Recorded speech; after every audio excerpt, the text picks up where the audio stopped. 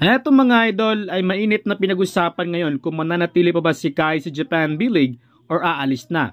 Ayon sa agent ni Kai na Wasserman ay wala pa silang masagot dito dahil ang focus muna nila sa ngayon ay ang NBA Summer League.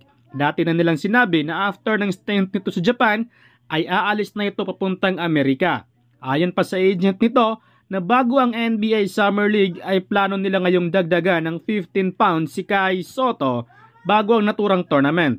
Ang tanong, NBA ready na nga ba si Kai Sotto? Well, mahirap sagutin to mga idol dahil minsan kasi weather ang performance ni Kai. Ang mapapansin natin na improvement ni Kai Sotto ay hindi siya masyadong matulak. Kaya na rin ito makipag-pisikalan sa ilalim. Yung footwork niya pagdating sa low post ay maganda naman. Pero ang hindi pa masyadong nag-improve kay Kai ay ang lateral movement. Minsan kasi madali siyang mapag-iwanan kapag maliit yung binabantayan niya. Madalas sa mga laban ay napag-iwanan siya ng mga gwardya pagdating sa switch.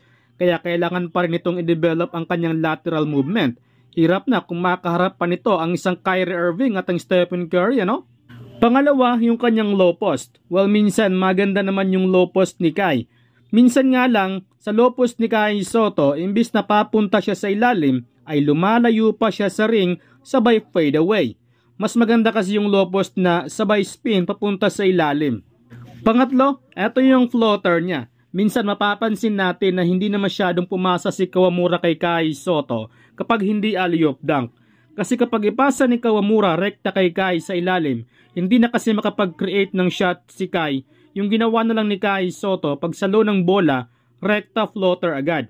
Wala namang kaso sa floater, lalo pa at 7-footer nga itong si Kai Sotto.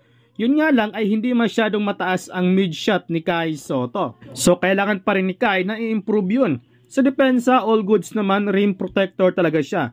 Noong huling laban nila kontra Ibaraki Robots ay nahatak nga siya ng import noon papunta sa labas kaya nabutasan ng depensa sa ilalim.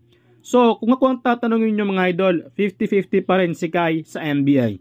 It's better talaga na NBA G League or European League. Pwede rin, babalik siya sa NBL Australia ulit. Hindi pa naman sarado ang NBA kay Kai. Bata pa naman siya, may hinahanap lang talaga ang NBA kay Kai Sotto na hindi pa nito na-activate. Kayong mga idol, NBA ready na nga ba itong si Kai Sotto ngayong season? Pag-usapan natin yan sa ating comment section.